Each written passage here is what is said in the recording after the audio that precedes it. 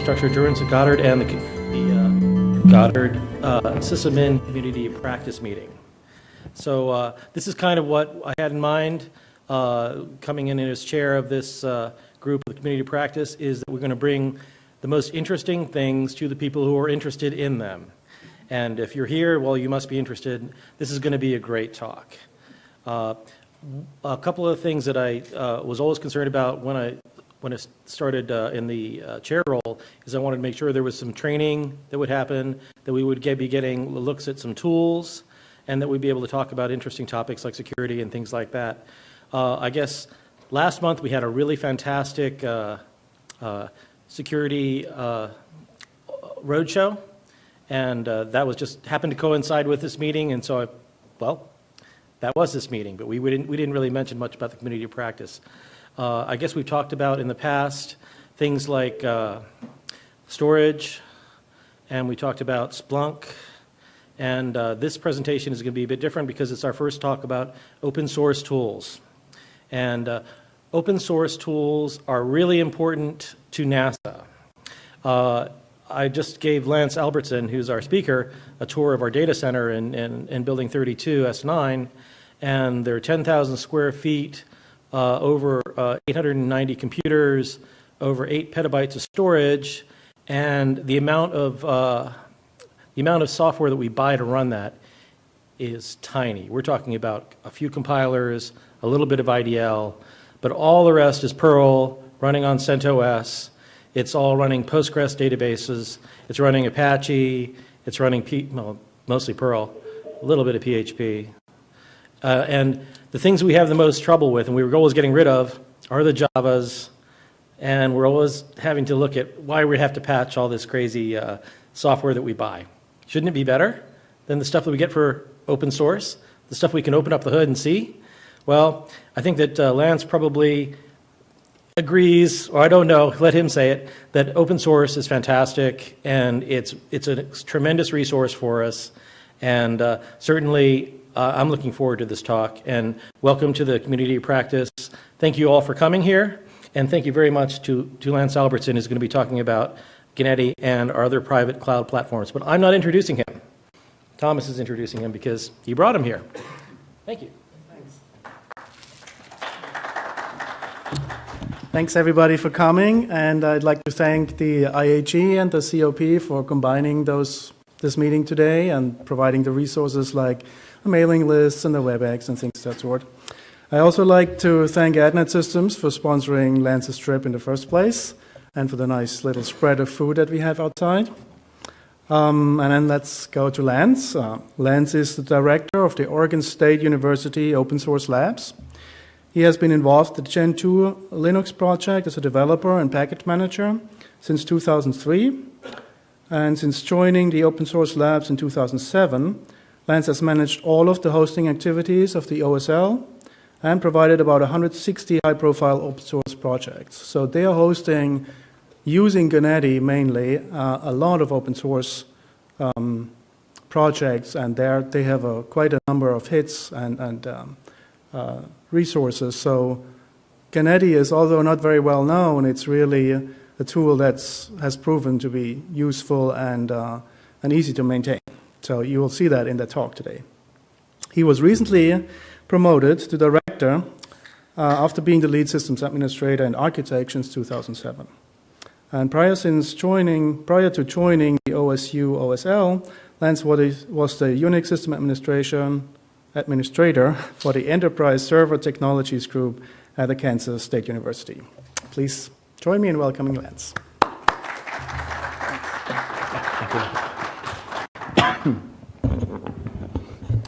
Thanks everybody for getting me here. I made it here yesterday without the snowpocalypse, or snowquester that didn't happen. And it's great to be back in the DC area. It's a little bit sunnier out here, so I'm getting my vitamin D as much as I can. But yeah, so he already kind of gave me my intro, so I don't really need to cover this, but I might cover a little bit about what the Open Source Lab does. We started about 10 years ago, and basically started doing some co-location hosting for Debian and the Gen 2 project, and it just grew from there. So now we host projects like the Linux the Linux Foundation, the Python Software Foundation, the Apache Software Foundation, and the list goes on and on and on and on. And so we really try to provide stable hosting for all of these projects, whether it's co-location hosting, managed hosting, so forth. We also do some development projects on the side. One of them actually is related to Ganeti. And another side note, I am a jazz trumpeter too, so I like to do non-tech things, and that was one way to get out of that. But that's a little bit of background about me, just so you know where things are at. There we go. So first off, disclaimer. This presentation is of my opinions only. I have not done a scientific study of all of these, so take what I say with a grain of salt. I might be wrong in some cases, but this is coming from my point of view. And I should note, I'm a heavy Ganeti user, so I'm a little bit biased, but I do see the benefit out of the other cloud platforms out there, but for me, it works really well. And as he said, open source really the open source lab wouldn't exist today without using all the open source tools that we have. So it's really important to us.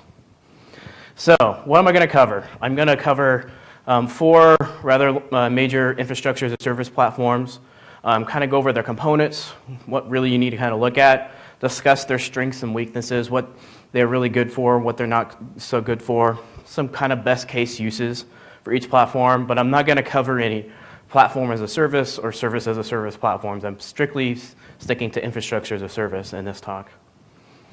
And as you notice, I'll have some pictures. Most of these pictures are from our data center back in Oregon for the open source lab. So this is our core router that has all of the bits for all the open source projects that go through it. So a little bit of background information from where I came from and how I got to Ganeti in the first place. So originally, before I even got to the OSL, the staff and students created a virtualization cluster using Zen and an iSCSI solution. So we had a couple of servers acting as the iSCSI target, and then we had a Blade Center that got donated running the nodes. The management of it was horrible, but it worked. But we got to a point where the iSCSI server couldn't handle the storage load anymore. It was just really, really slow. And so we started researching for an alternative tool. This was around 2009, I think, 2008, 2009. So this was pretty early on when the big cloud stuff was starting to happen. So the open source lab is primarily driven by students, and so one of our students actually did an internship at Google this one summer, came back and said, hey, I worked on this project called Ganeti, you might check it out. And so I spent a couple months actually checking it out, and I had just timed it just right as they had just released a new major version release of Ganeti 2.0, which had a lot of improvements to it. And so we decided to go with it, wrote a couple of tools to kind of make it better for us, and stuck with Ganeti and KVM ever since and haven't had a problem really with it. So we really had some great experience with Ganeti. I'll knock on wood, but we really haven't had a problem with Ganeti itself since we've implemented it. There's always the little quirks here and there, but all in all, it's been working really well. Most of our issues have been probably with KVM itself, but those have gotten much better over the years. In the process, we really wanted to have our projects have a web app front-end access to the Ganeti. Ganeti is primarily command line driven, so we decided to create this Django project, and we created something called Ganeti Web Manager, which I'll talk more about later. And as it stands now, we're actually trying to find ways of augmenting our services with things that kind of fit with Ganeti, whether it means looking actually at OpenStack for some things that we want to do, or some other third-party projects like SynNFO, which I'll talk about later, and so forth. So that's kind of the experience of how I got into Ganeti in the first place and kind of what came out of it. So I think we migrated about 60 virtual machines at the time to this platform, and it worked out really well. So where are we at right now with private infrastructure service offerings? Well, for one thing, you have a lot of options, almost too many. It's hard to tell which ones you really want to have. A lot of them really tout having AWS API support. So if you're dealing with the public cloud quite a bit, that can be important. If not, you don't have to worry about it. The maturity of the projects vary quite a bit. Some of them have been around longer, while others are still quite young and you quite don't know their stability. They also kind of solve different problems. They tackle a specific type of a hosting situation that you wanted to do, and they kind of came out of that. Each platform really can vary in complexity. They can go from something pretty simple to having a whole bunch of different components that are in it. And so for me, as a sysadmin, I like things that are simple. I follow the KISS principle when I can. So that's important to me. But that's, again, something to kind of consider. And there's always differences in the back-end architecture, whether you agree or you don't agree with how they have things deployed. So, that really plays a role in kind of the current state of how things are. So what do you want to have out of it? That's kind of what you need to think about when you look into what do I want to do with my virtualization. And these are some of the key things that I would think about. How easy is it for me as a sysadmin to use and to maintain and to upgrade? How easy for regular user to interface with it? How often will they need to interface with it? Is it fault tolerant to hardware failures? What if you have a node goes down? How easy is it for you to shift resources around and move a VM to another host or bring another one up? Does it require a lot of extra hardware with this architecture?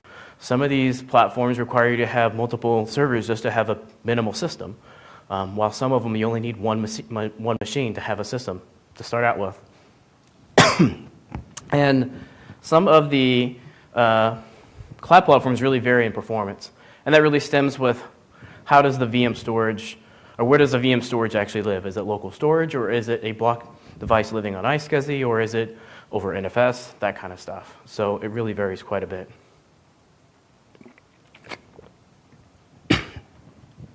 Also, how easy is it to expand the cluster? Things often change. You thought you only needed 3 machines, but now you need 10. How easy is it for you just to add those 10, or is it going to take you a lot of time and effort to do that? They each kind of vary. Does it matter to you that you have some kind of an API to do provisioning? Do you want to write a tool to be able to bulk provision quite a bit of VMs all at once? And do you want to have compatibility between other platforms like AWS or OpenStack? Or are you just needing your own internal use and you don't really worry about that? And the last thing is do you really want to be able to provision really fast, or do you want to kind of go through some extra hoops to deploy? Most of them are usually fast at provisioning in some way. But that's kind of things I look for when I was looking for a platform. And each of these platforms really vary on quite a bit of things. So, or they have the fairly same kind of components. So storage is probably the biggest thing. The first thing I look at is storage. How do they do storage? Does it have some kind of virtual machine image management? Are users going to be able to create their own images and then spin up other instances from it? Are they going to be able to snapshot, that kind of a thing? Will they be able to self-serve themselves? Do they have a web interface or some other kind of API? Some of these also have networking built into it. So depending on your network layout, that may or may not be important. For us, it wasn't nearly as important because we had another system that manages it. But if you want to create an environment where you have a private network for all your virtual machines, that you would want to have a system that can maintain that. What kind of fault tolerance? I already mentioned that. User management. Are you going to be dealing with a lot of users? And the API, are you needing to deal with the hybrid cloud? And the biggest thing for me being a sysadmin is dealing with installation. I actually tried to at least install most of these platforms myself, and it was a varying amount of installation ease. I didn't actually get to do an upgrade, so I can't tell you how that is on some of these, but I do know, at least on Ganeti, how easy or not it is. And then obviously maintenance is a really big deal. Once you have a system up and running, how are you going to deal with upgrades, like I mentioned? So these are the 4 platforms that I'm planning on presenting on today. Ganeti, obviously, OpenStack, CloudStack, and Eucalyptus. These all seem to be the major ones out there. I think there are a few others, but I thought these were the most prevalent out there. So I'll start with OpenStack, and you guys probably know about OpenStack, probably a little more than me. But it was started here in NASA and then spun out into Rackspace. It was launched in 2010. It's probably one of the youngest cloud platforms out there right now. It was really there to enable a lot of people to create a lot of cloud computing services. And to me, it's really engineered to scale really large. So if you're needing to scale huge, I think it's probably the way to go. It has many, many corporations behind it now. So they're banking on OpenStack being the standard. Whether that happens or not, the jury's still out there. This is one thing. I actually updated this slide. It has even more components than last time I looked. Basically, anything you can think of is being added to OpenStack. So if you only want to deal with compute, you have that. But I noticed they added metering, they added some cloud orchestration, some block storage, and so forth. But yeah, there's a lot of components to OpenStack. That was one thing I noticed when I looked at OpenStack. I had no idea where to start with it because there were so many components. I think the only way I could deploy it was by using the Puppet Labs OpenStack deployment module. And I got it to work, but it was still like, I don't know, it would take me a long time to get it going. And being at the lab, I have limited amount of staff resources. And if I'm looking back now and I'd have to make the same decision, I probably wouldn't pick OpenStack because of the sheer amount of staff overhead to maintain it and training to get things going. And at our scale, we don't need to deal with it.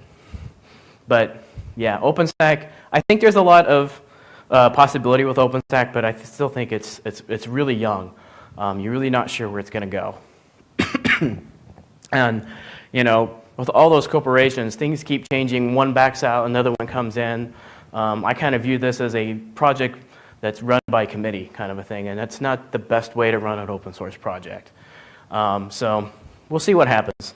I think in the end, probably, a real community will form around it and keep supporting it. But that's how I feel about OpenStack, and it's really, really good. Eucalyptus, how does it start? It was actually started as a research project at UC Santa Barbara, and then they created a company and commercialized it in 2009. Last year they had, or before last year, they had two different versions. They had the open core version and the open source version. They kind of got some backlash from the community for obvious reasons, and so they decided to go back to fully open source in 2012. And they've made a lot of improvements. I remember hanging out with some canonical engineers that live in the Portland area, and they were trying to get Eucalyptus to work in Ubuntu. And I can't remember, they had so much rage face when they were talking about it because it was so complex and it was so horrible to deal with. But I think it's improved quite a bit. As far as components go, you have the various areas. So you have the part that controls everything, the cloud controller. It provides that web interface. You have the S3 storage called Walrus. You have the other cluster controller that controls the execution of the VMs and their networking. You have another storage controller that's kind of like the block level EBS storage that you want to have for your VMs. And the last one is actually the node controller, which actually controls the VMs on the hypervisor and so forth. CloudStack. CloudStack was originally developed by Cloud.com. It was then open sourced and then purchased by Citrix in 2011. And then shortly thereafter, it was donated to the Apache Software Foundation.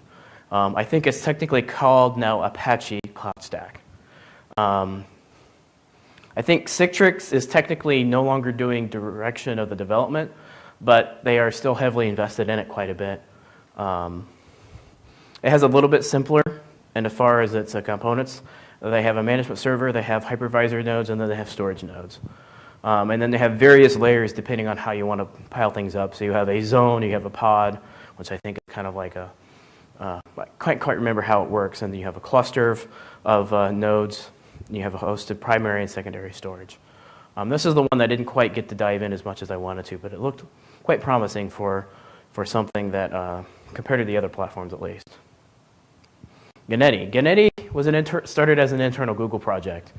They open sourced it in 2007, and as far as I can tell from my interactions with the Google employees I know that work on Ganeti, it's primarily used for their back office operations in the various offices. It's not used for the public production sites, and it's not used for their compute engine that they just released not too long ago.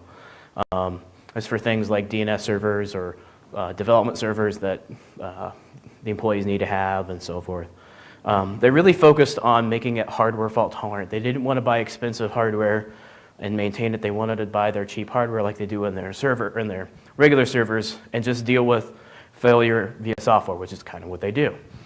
So they kind of went with the approach of using local block level storage, which for them worked really well. And like I said, they're trying to use commodity hardware, and that's kind of their goal. As far as its components, you have essentially 4 daemons that run. You have the master daemon that runs on the master node that controls the whole cluster. You have a node daemon, and it kind of controls all the low-level functions such as storage management, VM control, and so forth. You have a configuration daemon that provides a way to query the configuration, copying the configuration between the nodes. And then it has an API daemon that runs on the master node, which provides a remote API to access Ganeti outside of the command line. They also have some optional tools that help with auto allocation and rebalancing. So these H tools are actually written in Haskell, and they provide a way of when you deploy VM, you don't have to worry about what node it goes on, it just picks it for you. If you take a node out of rotation and you want to rebalance your cluster, you can use a tool to rebalance your cluster using Ganeti H tools. It's a pretty handy tool. Now with Ganeti, Ganeti is kind of like a base layer. It doesn't really do, it's not really considered a true cloud platform, I would say.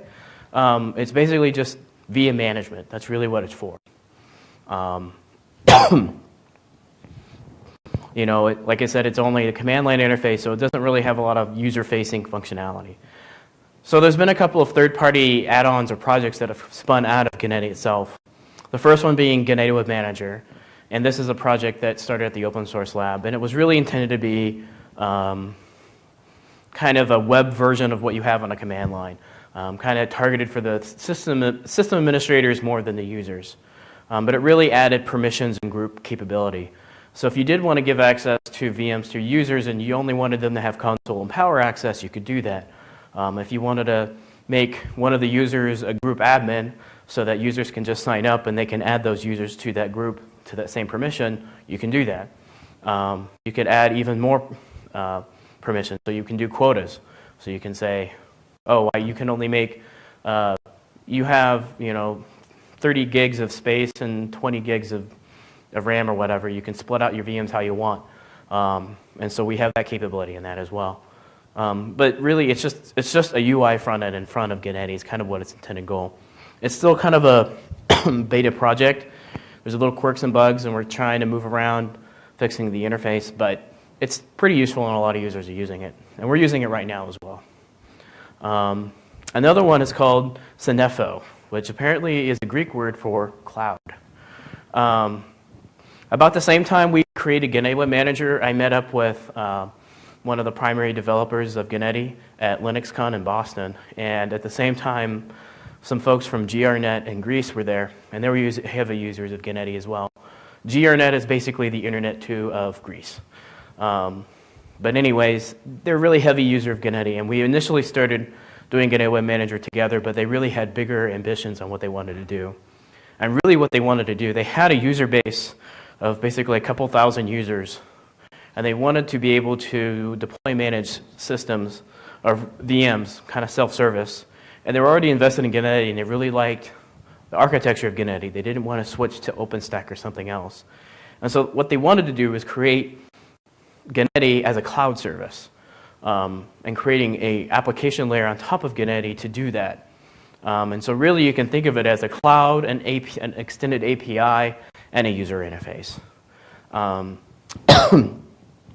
It has support for DRBD, which is already in Ganeti, LVM, shared file, and then they added support for RDB, which is essentially Ceph and RADOS file systems. So they really had some big ambitions with it.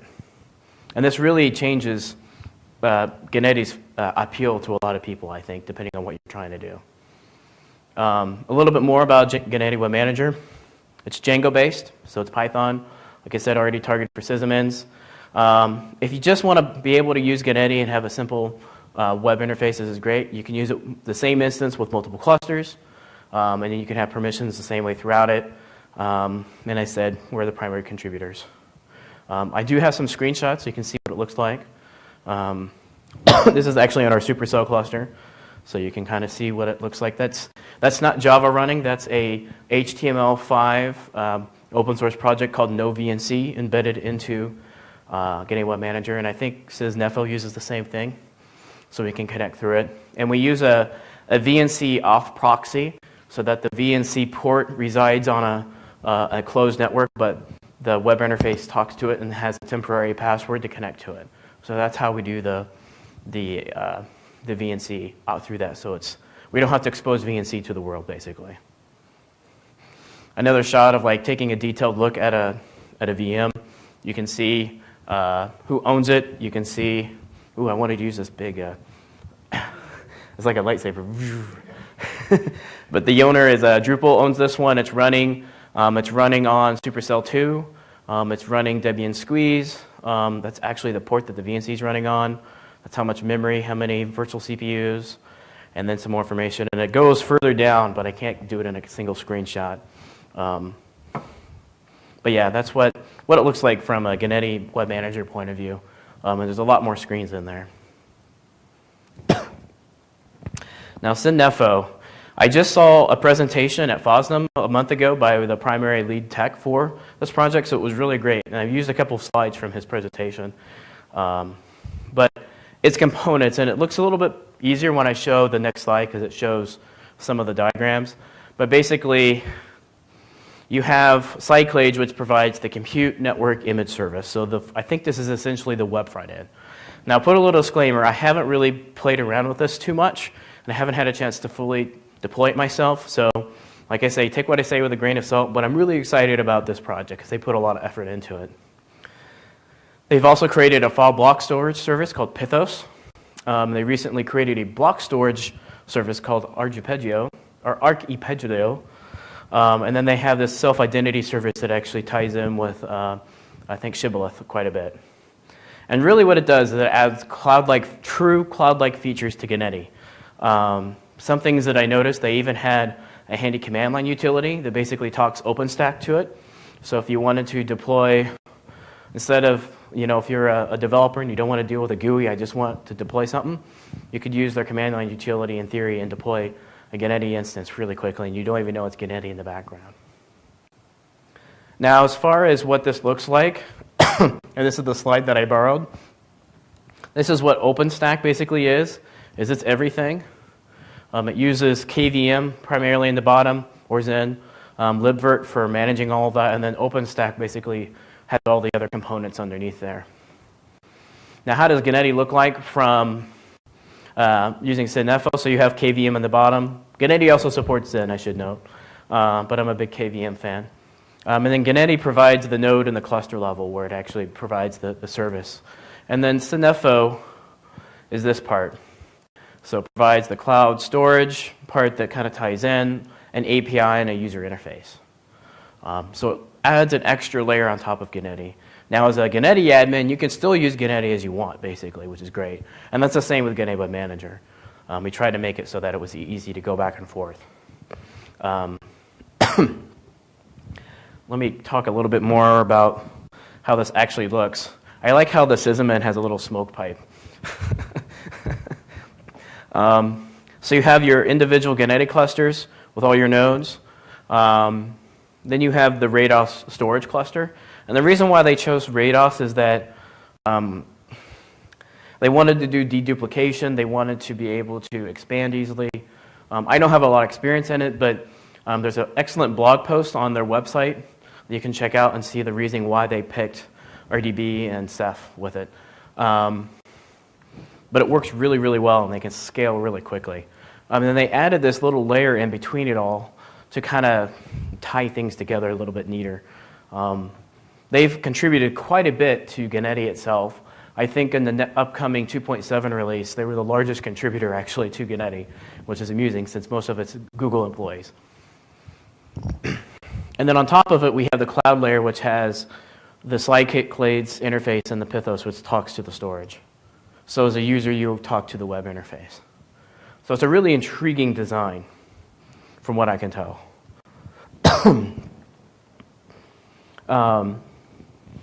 I did try deploying it this week. Fortunately, didn't quite get it going, but it seems to be really geared well with Debian. So if you're a Debian user using Squeeze, it's pretty easy to deploy right now. I imagine making RPMs wouldn't be too hard, but they basically have packaged up all of the various components. Currently, they have their own version of Ganeti that's patched because the upstream patches haven't made it back in. But it looks really intriguing. They basically are running, I think, around 2,100 virtual machines with about 1,700 users on their cluster, and everybody seems to be going pretty well. So I'm pretty excited about it. Give it a try. I wouldn't probably use this on our main production cluster, but we also have a test build cluster for open source projects that I think I might try using this. We're also, at the university level, thinking about building out a new research cluster, and I think this might be a really good platform if it isn't too complex. And one neat thing about the API is that it actually does talk OpenStack. They decided to write their API as OpenStack. So if you already have tools that are using OpenStack, this might work pretty well. This is a really fairly new project, so there might be bugs and quirks, and they might be shifting things around. But I know they've spent a lot of time to get this going, and they're pretty cool as well. So kind of what do I see Ganeti as compared to the others? You know, you're really building up, using Ganeti kind of as the base of building something on top of it. So it's really a stable virtualization platform in its core. It doesn't really change that much. Doing upgrades is really easy. One thing that I really love is that you can build tools to extend Ganeti to your needs really easily. You know, if you want to build your own tool that you use your interfaces with, sure, you can do it. You know, you already have something. One thing that I was actually considering looking at is we're finally trying to switch over to Puppet from CF Engine, and we're looking at using Foreman for doing some node management. Well, they have a nice little interface there that can tie into AWS, libvirt, VMware, and all that, but they don't have a connector to Ganeti. Well, heck, this would be really cool I could just do this with Ganeti. I can tie it in there and be able to use Foreman with managing my Ganeti clusters. You can really also augment Ganeti with other technologies quite easily. I'm actually taking a look at using GlusterFS as one idea for our needs. There's been some recent developments in the KVM area with Gluster where you can actually directly attach Gluster storage to KVM and get an incredible performance increase out of it. So I'm really, really interested in that, and because that would really enable us to grow. Because one problem with Ganeti's layout is that it uses DRBD, and that only scales so far. And the thing that I like, being a sysadmin at heart, it just makes me happy because it's easy to manage and it's easy to upgrade. So now I'm going to compare each of the components. And I'm not going to go to each individual things, but I'll kind of touch base on some of these.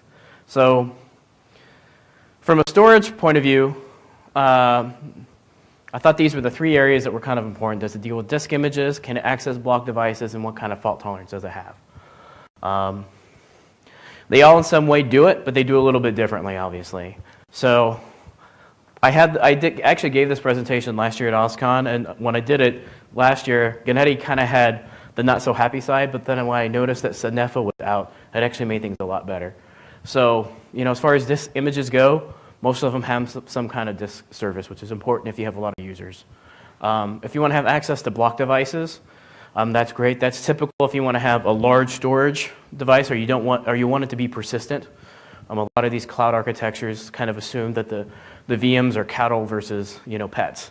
So you can throw away the cattle VMs, and you don't want to worry about the storage. Well, to me, also block devices means potentially higher performance, at least in the case of Ganeti, with it being local storage. And then fault tolerance. That was the one thing that a lot of these kind of was an afterthought, where they're like, oh yeah, we can do that. They all kind of do it a different way. And I know initially most of them kind of assumed, oh, you build out the storage architecture, and the storage architecture is the fault tolerant by itself. It's not really tied into the cloud platform at all. In the case of Ganeti, it's built in from the beginning. That's just a part of it. Now, they have added features so that if you want to have something like a nice SAN that you already paid for, you can use that. You know, some of them use rsync for some kind of a backend. That might work, depending on what you're doing. But yeah, a lot of the storage part is you have to build your storage to maintain it. Now, I haven't checked recently, but I think several of these have improved this quite a bit. So this might have changed since the last time I've looked. Now on the VM image comparison, they all do pretty well, except Ganeti. Ganeti's, by default, the way you deploy VMs is really kind of odd. When I first got into it, essentially Ganeti was used only on Debian systems. And they essentially used Deb Bootstrap to install the instances.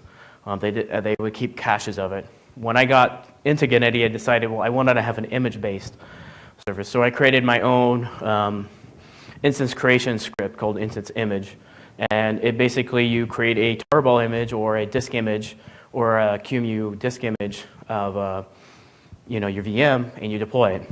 Well, it's a kind of a manual process to keep the image up to date. The user can't really do it, but I could deploy a VM in 30 seconds, which I think was pretty awesome, and it's fully functioning. So on the case of OpenStack, I mean, most of them do really well. If the Amazon API is important to you, that's something to consider. Ganeti by itself, its remote API is not compatible with AWS at all, but you could certainly interface something and make it do that. As far as self-service, they kind of had it built in. Ganeti by itself doesn't have it, but you can obviously augment it with other third-party tools to do that. As far as the service comparison goes, they all do it. You have user quotas, console access, user management, some kind of a web interface. The web interface can vary on each platform. I didn't get a chance to get screenshots of each to kind of show you, but I'd recommend you take a look and see what you like. And same thing with Ganeti by itself. It doesn't do this, but with third-party tools, you can achieve the same goals, which is really nice. From a networking point of view, depending on your network layout, this can be a big deal. Pretty much, OpenStack, Eucalyptus, and CloudStack all have some type of networking layer that manages the network, whether you want to do auto allocation or you want to kind of have some kind of user-defined role, or you want to do layer 2. Ganeti by itself doesn't. In my case, our network wasn't that complex, so I didn't have to worry about it. But I know, especially with SysNetFo, you can do some pretty cool things with networking. That was one of the major patches they added, was the network layer. So now you can manage your network from Ganeti if you want to, which before you could not do, which is kind of a nice feature that got added. So some other factors to kind of consider through all of this. Like I say, a lot of this is my opinion. But the code base, you look at each of them. Python or OpenStack is mostly Python. Eucalyptus is half Java, some C. CloudStack is primarily Java. And then Ganeti is kind of this mix of Python and Haskell and a little bit of Shell.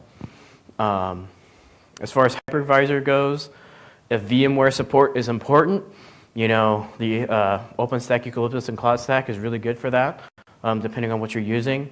But Ganeti doesn't really have that support. Ganeti has limited Linux container support too, I should mind you. But if somebody really wants to contribute a patch, they would be really happy to fix that. Ganeti was originally developed using Xen, and I think Google is still using Xen with Ganeti, but I think most new users are using KVM. From a sysadmin point of view, I care about the installation requirements, and this is where kind of the opinions come in. I probably should change the installation requirements for OpenStack from medium to large, because it's just, with all the new components they have now, it's just really, really hard to keep track of it all, and all the configuration, and all the databases, and everything. It's just like so many single points of failure that can happen. With Eucalyptus, it's kind of large too. They have now created a nice installation tool to make it easier, but it still has quite a bit of stuff in there. CloudStack isn't quite so bad. But they make it easiest to install as well. I think they have either a script or a Chef or Puppet module that will do it. And then Ganeti is pretty low. I mean, yes, it has Haskell. If you get beyond that, there really aren't that many Python libraries or Haskell libraries that you need, but it really is a fairly low impact on the installation requirements. You don't need Java. You don't need to install more than, I think the installation requirement list is maybe up to 12 or 13 packages, when OpenStack is probably in the 20 to 30 range. It's pretty insane. The maintenance one, that's the one that was hard for me because I couldn't do like an upgrade to see what it was like. But just kind of looking at the architecture, this is kind of what I looked at. With OpenStack, and from what I've heard from friends that use it, trying to do an upgrade in OpenStack is not easy because you have so many components and you have to upgrade them all at the same time. And if you shut them down, you can't really keep your instances running. So they may have fixed this. I'm not sure, but that's something to consider. Eucalyptus, I think this kind of depends on the size of machines you have. I think if you have a lot of machines, it might get more complicated, but in general, I think they do a decentish job. From what I can tell, they've improved it quite a bit, but like I said, I haven't got a chance to really try it. I think CloudStack is probably kind of in the same boat where it's kind of like a monolithic application, so it's a little bit easier to manage and upgrade.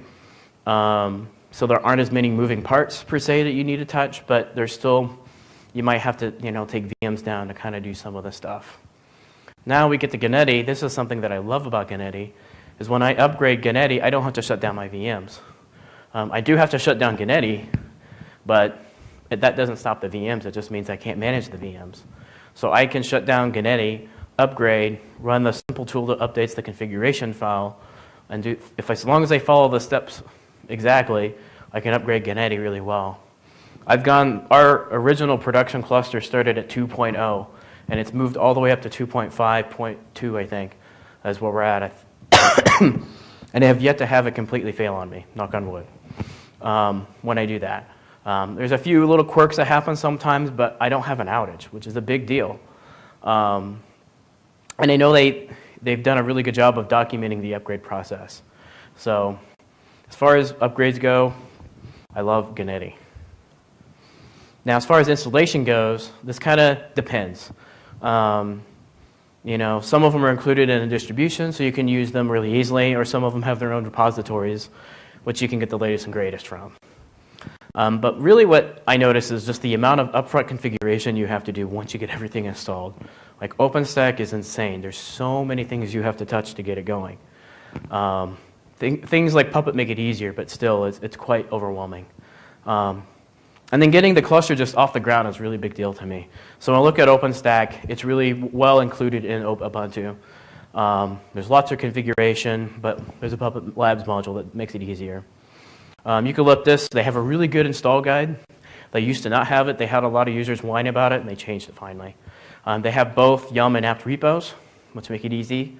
And it didn't really take that many commands. They've really simplified the initialization of it. So as long as you stick to operating systems they really support, it's pretty easy to get going. CloudStack, they provide their own repos as well. They have a really good install guide, make it easy. And really, there wasn't that much configuration that was needed to get it going, which was pretty nice. And then Ganeti, it's including in Debian and Ubuntu. There's a couple of apt repos for CentOS out there. So it's not too hard to get it going. They have pretty good documentation. I know they have a quick start guide, which is really nice to kind of walk through, but it works out pretty well. And the initialization is really easy. It's one command and it's done. And it takes only a few seconds to do. So it works really well. Now, what are their strengths and weaknesses? This is kind of another way of taking a look at it. So when you take a look at CloudStack, it has a really young code base, at least from the open source world point of view. Its future is kind of uncertain with all of the corporations that move around with it. The community isn't quite sure what's going on, and so many moving parts. And the initial configuration is a nightmare. But the strength of it is it's a single code base. It's all Python. It has a huge growing community, thanks to their marketing effort. And there's a lot of corporate support. So, I mean, there's a lot of potential in OpenStack. I think it's something you don't want to ignore, but it's something that you might want to be careful about if you want to go all in. Eucalyptus, the installation requirements are kind of big, but If you get by that, it's not a big deal. It's really configurable, but it's not very customizable. So if you want to try to do something outside of what Eucalyptus thinks you should do, that's kind of hard to do. So as long as what Eucalyptus provides works for you, then it's not a problem. And then they kind of had that community inclusion problem, which is kind of a big deal in open source, but I know they've been working on it the last several years, fixing that. If you want to pay for it, they have really good commercial support from what I understand. They do have fault tolerance capability. During that time period when they went open core, what they basically did was write components that directly access proprietary equipment like SANs and other kind of various storage technologies. So if you have that and you want to use a cloud platform, they're kind of one to go with. And they kind of offer a nice hybrid cloud solution. So say you already have stuff in Amazon, but you want to kind of have a private cloud to do stuff here and you want to be able to move back and forth quite easily, Eucalyptus might be a solution in that regard. I've heard mixed results on whether how good that is or not, but the jury's out on that. Cloud stack. I'm a sysadmin. I don't like GUIs, so GUIs kind of go minus for me. But it seems very, very GUI-centric. There isn't much you can configure on the command line. Everything is basically done in the GUI. From what I could tell, the last time I looked, it's basically a single Java core, which can be a weakness and a strength. But I thought it was kind of weird. It was just one core that you had to install basically on all your nodes. And its AWS integration isn't that good. I think it's kind of there, but not the best. But the nice thing is that the GUI is really nice and slick. It's easy to use. The stack itself is fairly simple. I know it's ironic I say stack for cloud stack, but yeah, I think the stack itself is fairly simple to understand. I think it was 4 or 5 different components, and then it was kind of like an onion from there. And it seemed like the storage backend, you could customize it. So based on what you wanted to use, it was fairly easy to deal with. As far as Ganeti goes, it's a very admin-centric, sysadmin-centric cloud platform, if you want to call it a cloud platform, at least by itself.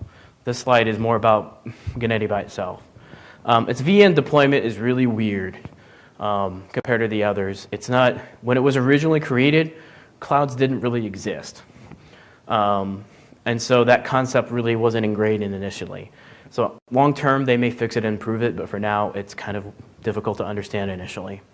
There's no AWS integration at all, but they've created tools to make it a little bit easier. They've added tools that can convert a Ganeti instance into an OVF compatible format so you can import it in the VirtualBox or wherever else you can import that same format. So they've added tools to make that easier.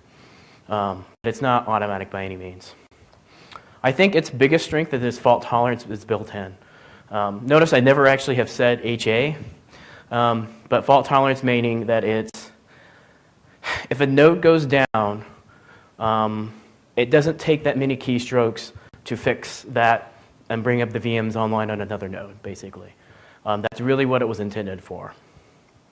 But it does create tools so you can make it HA more HA-like. The other thing that I love about Ganeti, it's really customizable. As you can see with the third-party tools, you can really build your own cloud how you want it with Ganeti, and you don't have to worry about the VM management layer. You can just worry about the user level area. And to its core, it's really simple to manage and maintain. All the command line functions are fairly well documented. There's easy help on the command line, great man pages.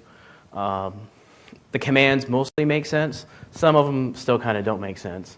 But overall, it's pretty easy to manage and maintain. So which platform should you choose? This really depends on a lot of things. So how big is your deployment? Are you dealing with a couple racks worth of machines, or are you dealing with a whole data center of machines that you want to make a cloud? What types of services are going to be hosted? Are you going to be having a lot of databases running on it? Are you going to have a lot of web-centric stuff? What really needs to be deployed on it? What's your user base? Is it going to be mostly sysadmins accessing it, or are users going to be spinning things up, kind of like an AWS type environment? That can be a big deal. Your hardware budget limitations. Yeah, that's a pretty big deal. At the lab, we don't have much money to buy hardware, and we generally get with what we have. And that was one thing. We actually got NetApp, really nice NetApps donated to us, but we couldn't use them because we couldn't afford the support contract and license to actually use them. And here's the kicker. NetApp is a member of the Linux Foundation. The Linux Foundation got NetApps themselves, but they still wouldn't give them a free license. So yeah, and I've always had at the lab, I always have said we should eat our own dog food, and we actually benefit the open source world in return. So I decided to go with this. I'm like, well, we have a bunch of servers. Let's find something that works with that. We just have to buy more hard disks, which isn't that expensive. And so, that was kind of one way of looking at that. How much of a complexity of a system is it? You're going to have a one FTE managing the whole system, or you just want to be able to have, just one slice of the FTE to manage it. With Ganeti, I was the only full-time sysadmin for basically 5 years, and I had 5 or 6 undergraduate students who worked under me. Outside of the initial setup and deployment, there really isn't much maintenance that goes on with Ganeti itself. It just works. With the other stuff, it gets a little more complex. How important to you is fault tolerance? Is the fact that the VMs can go down and you don't really care if they've lost data a big deal or not? Or are you treating your VMs more like pets and you don't want them to go down ever, and they actually have data on them that you don't want to have go away? And you want to be able to bring them back online easily. That can be important. And then, are you dealing with other clouds? Are you wanting to move back and forth between public and private clouds? That can be kind of, depending on what you want to do. So kind of looking at each of them, it kind of depends. So from an OpenStack point of view, its philosophy is you have public and private clouds and you have some kind of a standard API. Its public cloud compatibility apparently is not quite completely AWS compliant, but I think it kind of works. And I think OpenStack is if you want to do a data center-wide sized deployment of some cloud, because it's really designed to handle that scale. It's complex because you need to, things get complex the larger you get. And it does have some fault tolerance built in. And I think they've probably have actually improved that in the last couple of releases. I haven't checked recently to see if they've done that. From Eucalyptus, it's really great for the public-private hybrid compatibility. You want to go back and forth. Has pretty good AWS. I think it's also really good for a large number of machines. I don't know if data center-wide is a good way, but still pretty good. And the fault tolerance has gotten pretty good overall. CloudStack, it's kind of the private. It's decent for the private. Some AWS support. I would say CloudStack is good for like a medium group of machines. So maybe you have a whole row of machines and you want to run CloudStack. That might be a good environment for that. I know that the university was actually considering CloudStack at one point. And I think that's kind of a good one to take a look at. And then there is some fault tolerance that's built in, but you kind of have to work on it. With Ganeti, it's good for really private. Has node failure, local storage. You can do public cloud compatibility with Cinefo. I view Ganeti as great for a smaller group of machines. Now, small might be different for some of you. This can mean from a single machine. I think technically they say up to 40 machines, but this is per cluster. So the problem with Ganeti is it has a job locking system to ensure that jobs don't run into each other and that when you bring up a machine, it does things in the proper order. Having that really sane job locking system means that if you send it a bunch of jobs, the locking mechanism makes things slower. So when you create a larger Ganeti cluster, things get slower to deploy more VMs at once, basically. They've tried to fix that quite a bit in different ways. They have a feature called node groups, which basically you can think of it as, here's a rack of machines in this cluster. I want all of my VMs to all reside in this rack so that the network traffic doesn't go outside of the satellite switching equipment. And so then the locking mechanism is only in that node group. But they're also making improvements other places. I mean, heck, GRNet made it work with that many VMs, so obviously they're making it work. But that's definitely a part of Ganeti that is a pain. At the lab, we don't deploy VMs that often, so it's not that big of a problem. And fault tolerance is really where it's really great at. I've been moving a lot of production instances to it, and it's actually more reliable than my hardware sometimes, which is great. I don't have to worry about RAID underneath it. But the nice thing is I have an extra layer of it, because the machines I do with my real production stuff is the systems are all PSU, they have, rated and everything. So I get really extra layer of fault tolerance, being able to fail things over between two nodes really easily. So, why would you choose OpenStack? Well, like I said, young project, corporate backing, code base, really large deployments. The web interface is young, and I noticed it was pretty limited in what it can do, at least the last time I took a look at it. You only need to use the components you need, so if you only want to do S3 storage, there you go. If you only want to do compute with a few things here, you don't need to deal with the IDD management layer, then there you go. So it's kind of nice. So you don't have to do the whole stack if you don't want to, if you don't need to. But it's pretty complex in its setup. But it has pretty decent APIs. Eucalyptus is actually a fairly mature project. It's been around quite a while comparatively. There's a lot of features.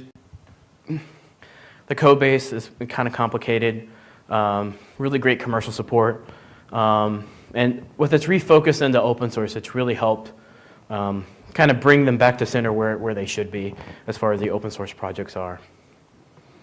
As far as CloudStack goes, there really isn't much distribution support, so if you want to be able to apt-get install, you can't do it, but they have a repo, so you can do it. There's a lot of features. It has some fault tolerance built in. I viewed it as a monolithic component architecture, which may or may not be good or bad. And there's been a lot of recent ownership shifts with the project. But I think with it being an Apache now, it's probably going to be pretty stable now, and it seems that each time I interact with folks with it, it seems like it keeps doing much, much better. And it's actually used by several large hosting providers. I want to say, was it GoDaddy that uses this? I don't remember. One of the really large ISP or type companies like that use this. So you can scale it up pretty well, and it's a pretty good option out there. So it's definitely, if I would need to choose something between, if I couldn't choose Ganeti, I probably would look at CloudStack next, is my opinion, what I would do. Choosing Ganeti, fault tolerance, smaller clusters, less complexity. I think it has much better performance because of the local storage.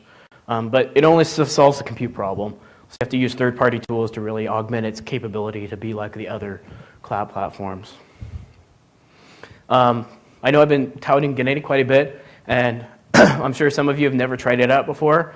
I actually have a Vagrant testing environment. How many of you know what Vagrant is? Oh my, I could give a whole talk about that. It's an awesome development tool. It basically uses VirtualBox or VMware, and it allows developers to have a production-like environment on their workstation really easily. So if you already have Puppet modules, and you want to just deploy, or they want to have a VM set up exactly like production, you can use it with Vagrant. Check it out. Anyways, I have a Vagrant testing environment. So if you want to try out Ganeti, go to my GitHub and check it out. Make sure you read the README to know exactly what's going on. But you can test a 1 to 3 node setup. I have CentOS, Debian, and Ubuntu there, so you can try whichever flavor you want to try out. And then I also have a walkthrough PDF guide. So if you actually want to walk through the steps and see what it's like to do a failover, you can try it out yourself. I originally created this so that our Ganeti Web Manager developers can have a stable development environment. So don't expect the VMs inside of the VM to work, but running the commands, should work. Trying to think what else about the Vagrant testing environment.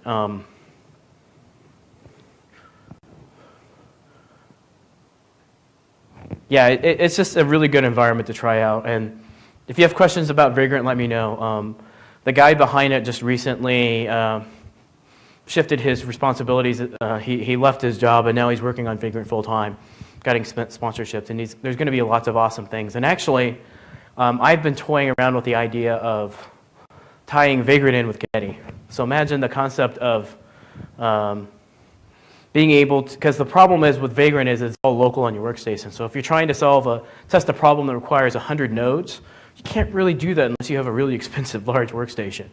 But what would be really cool is, hey, if you have a test Ganeti cluster, and you have Ganeti support in Vagrant, maybe you can do it on a cluster somewhere else and actually test things out.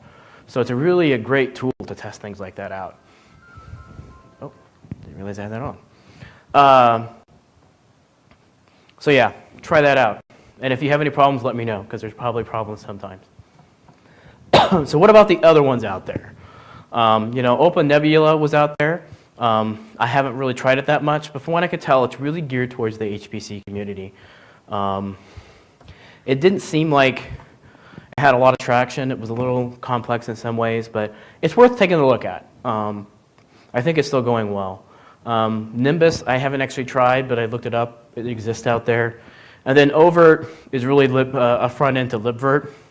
That's really a part of Red Hat's virtualization solution, but it's the open source side of it. So I've heard great things about it. It's a great community, but it didn't really fit with our environment at the time. And it's definitely worth taking a look at. If you're a big libvirt user and you already are invested in that, Overt's the way to go with that. So in my end, I say there's no really single winner or loser, although you probably think I really want to go for Ganeti. But each of them kind of solve different problems. And it really depends on what you're trying to do. You really can't use one and solve everything.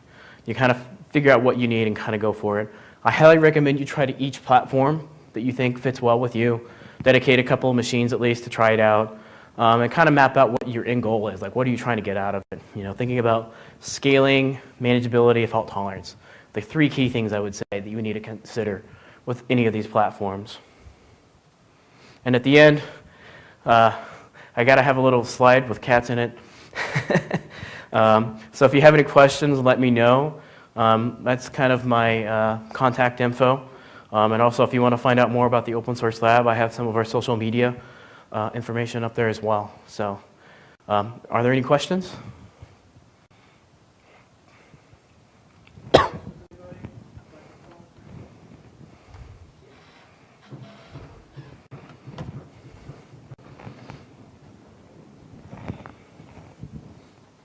Are you hosting any services for the university itself? Oh, at the Open Source Lab? Yes, but very few. We're hosting the help desk solution that runs using OTRS. We're hosting that for the university. But outside of that, we really don't host anything directly for the university. There are talks about us, like with this research cluster they want to build, that maybe we be a part of that. But no, nothing, not directly, no. We're really geared towards the external open source communities.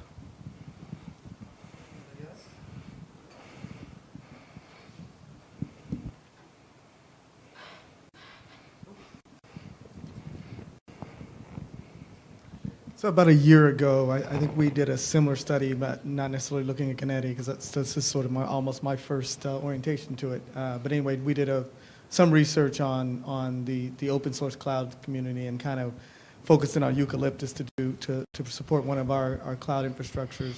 We'd like to, I'll probably share that paper with you if you want to take a look at that. But the other thing is, what do you think that sort of the open source community is evolving around? I know a lot of support, as you said, has been pushed behind OpenStack, and a lot of people are sort of betting that it's going to sort of end up being OpenStack and Eucalyptus just because of the corporate support. But what are your general thoughts? If you were a betting man, what would you say? I don't know. I mean, it would depend on the environment. If it's going to be like a huge company that wants to invest in it, I couldn't say either way which one it is. I mean, OpenStack has a huge marketing front right now. So it's hard to tell how much of it's actually true, actual push and interest versus not. I think there's a lot of people trying to find ways of making OpenStack a solution. So I think it maybe offers the most opening for somebody to make it really work, making a real product out of it. I think Eucalyptus does too, but I'm not that familiar with Eucalyptus. But I think they'll both play out really well. I don't think things like Ganeti and CloudStack are going to go away. Because for those smaller shops, they don't need this other thing, you know. And I'm kind of a big promoter of Ganeti because it's kind of like the poor stepchild that never gets attention, you know. And once, especially when sysadmins find out about it, like, wow, I wish I knew about this a long time ago, you know. And so that's why I go out and I talk about it. And I think the evaluation that you provided is excellent. I mean, it's even from the standpoint of your characterization of OpenStack. I mean, it still is very difficult to work with. People are, like you're saying, trying to gut it out and make it work, but it really is difficult. The other thing is, do you see any, you know, getting back almost to the eucalyptus use case, because you know their affiliation with AWS is actually strengthening. Do you see that as I mean, do you see other open source cloud sort of providers going that route too, of sort of creating stronger affiliations with those sort of? I think so. Yeah. I think so because the first run of the public cloud is, oh my God, I can make as many VMs as I want. And then as they go through it, they're like, oh man, this is really slow and it goes down all the time. I have some stuff that I need to have up all the time, or I want to retain that information internal to our network. So then that's when they think about, well, I need to have my own private cloud. What am I going to use? So I think that's really the bigger push right now, is that, you know, we took the approach that, well, we can't afford Amazon, and we had to pick a solution to make it work. But I think pushing towards the public APIs are going to be really important. And I guess the last question is just that you didn't speak that much on security. Oh, yeah. So just if you have anything that you'd like to sort of comment on that. Security between all of them, I really didn't do a close evaluation of that. I think obviously in any of them, you need to make sure you take a really good look at it. I've always come with the perspective of the more the moving parts, the more likely something will break and create an opening. So I would be really wary of OpenStack with security. I would think that Eucalyptus and CloudStack probably is a little bit easier to deal with. And then Ganeti, you know, unless you open up it with the other third-party tools, you know, it's pretty good. Like, we run our Ganeti nodes on a private network, and that way we keep it away from everything else. Yeah. Thank you. One of the things we kind of lost our capability to do is to have an alt processing site for our satellite data processing systems. This was because of a data center consolidation initiative. We used to have things in other buildings, and now they're all pushed into one building, which I showed you. That line of servers, that was our alternate processing facility. Now, how difficult do you think it would be to spin up, say, a 3-rack system in a remote location? Picture West Virginia, or maybe way up north in Maryland somewhere, at least 50 miles away. 3 racks, and to run Ganeti as the infrastructure and have different kinds of nodes, like I showed you today, for a processing node, for a database node, for a, I guess what we call it, a head node or controller, with with 1 rack of that probably being storage. Do you think that Ganeti would be a good way to spin up, say, 40 computers with about half a petabyte of storage? Yeah, I think it would totally fit that bill really well. You probably would want to use the node group feature a little bit to maybe keep sure the mitigation, because something I didn't go into detail about Ganeti because that's not what this talk was about, but if you're using DRBD, which we primarily use, if you don't know what DRBD, it's like RAID 1 over the network. So you have a block device here and a block device here and 2 different servers, and you synchronously copy the information over. It's an open source product that's in mainline. It's awesome. But that's what it uses for the data replication. And it uses a secondary storage network to do that. So normally when you're just running VMs, unless you're doing a lot of I/O, it can produce a lot of traffic, or it doesn't produce a lot of traffic. But when you initially create a VM, it'll initially sync the whole thing over, so that can take a little bit of time to get it going. So as long as you use the node group feature to keep your network so it doesn't cross the network switches very much, that would probably work pretty well. One of the other things is we currently split up big hefty machines into lots of smaller machines. Like we run our 32-bit OSs on 64-bit ones that have a lot of memory and lots of processors. Is it possible for us to scale the other way, to have to maybe do something like a Numalink type architecture, where we would have, instead of 12 cores in a single machine, maybe 144 cores in a single machine, using and also to glom the memory together using Ganeti, or does it just not do that kind of HPC type application? I know it has CPU pinning support, so you can tell it to at least pin onto a particular CPU.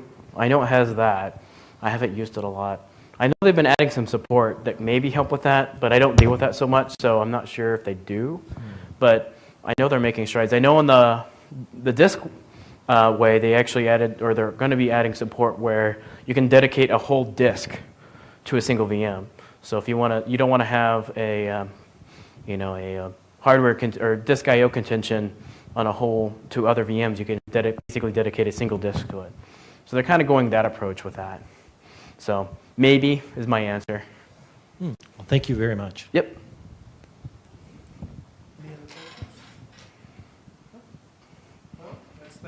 Oh, did you? No, sorry.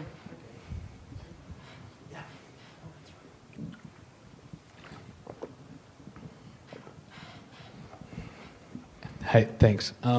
I got like one personal use case kind of going in my head. Right now we're on VMware. We got 2 nodes, maybe running 30 instances, and say we want to go open source, spend a little less money. Do I do it now? Do I jump ship and go to one of these solutions? Do I wait 6 months? Do I wait a year? See if there's a winner, or like a head horse. What are you currently using? VMware. Oh, VMware? Yeah. Okay. Well, I'm obviously biased, but I'm asking for bias. Me personally, it depends on your use case. It sounds like Ganeti would fit well with your use case, the size that you have. So, take a look at it and see if it works. Are you deploying a lot of VMs off them, or are they kind of like pets and you deploy them and they're just there? Both. It's like literally like VMs we don't ever want to go down. We really, really, really need them, and then we have some like we don't care about. I would say, yeah, give Ganeti a try and see how it works. Are you dealing with any Windows machines on them? 1 or 2. Yeah, I mean, like with Ganeti, I mentioned that deployment is a pain, but there's ways around it. So you don't have to use the deployment mechanism that Ganeti has. You can basically do a no install, which it sets up the disks but does nothing else. And you can go back and say netboot, and then you can do pixie boot. Perfect. So if you want to do something crazy like Razor to do your awesome netboot installs, there you go. Great. Thank you. Yeah. Appreciate it. We have anybody on the telephone for questions? Doesn't look like it.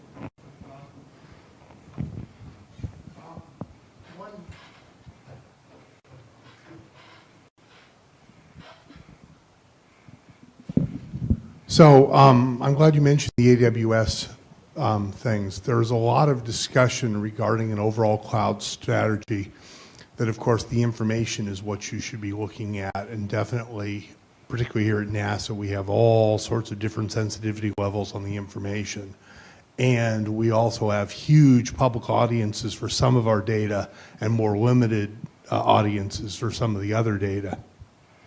So it certainly appears that an overall mix on your development and your sharing of information based on using public or private cloud, based on your audience and based on the sensitivity of the data. So if you could speak just a little bit to the, okay, what am I sharing, and who do I need to share it to? How big's the data? Because certainly if you've got a huge audience and big data sets, possible. If you don't have sensitivity to the data, it seems renting some space briefly on a public cloud might be a much better way than trying to build that internally. Yeah, I would say, obviously it depends on your budget, but a lot of the services like the S3 service is, relatively cheap, but you can get a lot out of it. So if you need to share a lot of files, that's the way to go, and you don't, you're going to deal with a lot of bandwidth. Or, if you just want to retain files, you can use their archiving, I can't remember what it's called, feature. Each of them kind of have that. So I definitely say, I would think that leverage the public cloud as much as you can. But if it's, I don't deal with this environment that much, but thinking off the top of my head, if there's any information that you know, I don't want to, I don't, because obviously a VM could go away, but you don't know if the data will actually ever get erased. I mean, it probably will, but there's always that possibility. I know most of these facilities destroy their hard drives and so forth, but you lose that capability of directly accessing the disks, so for example, in the data. So that's kind of the thing, like, depends on the use case. Did that answer it, or did I go in the wrong direction? Well, no, I mean, that's an interesting discussion of that, but certainly from a deployment methodology where I'm going to retain the authoritative copies and using various forms of mirroring or other types of data duplication so that, okay, great, I'm going to use that free public as a distribution service, but I'm not necessarily going to put the crown jewels as the only place up there. But I'm also thinking as far as the general management realm, I'm saying, okay, I've got data that I'm going to share in various ways, and one of my options is going to be public, but I want to be able to manage the data in a workflow, knowing that I'm going to end up with different delivery mechanisms, either in-house, external. Because you were certainly talking about the management structures of what VMs and what you have in the cloud, and that could apply to different final delivery. It doesn't have to be your own private cloud that does it. Yeah. Yeah, I'm trying to think another way to put it, you know. As far as like, I kind of view the whole problem of like, if you post a picture on Facebook and you hit delete, does it really delete it? The answer is probably not. You know, so that's kind of what I view about putting anything on the cloud. But if I just have a virtual machine out there, you know, it's probably safe. You know, are you kind of concerned about the orchestration of, you know, I have content private, but I have content public. How do I orchestrate it better? Is that kind of your question, or? Okay, so if I'm provisioning data to an audience, and I have different types of data that I need to provision to an audience, it would be easiest if I'm the data owner to have a workflow in place with different outcomes of where that data goes.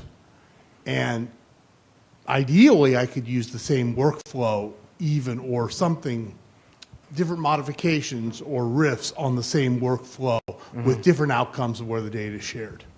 Yeah. So that was my sort of point, is looking at it from, because you're talking about provisioning and setting services up and doing various things in the cloud. Well, it'd be nice if I would say, okay, I've got a new thing I need to share out. Maybe it'll end up in Amazon. Maybe it'll end up in my private cloud.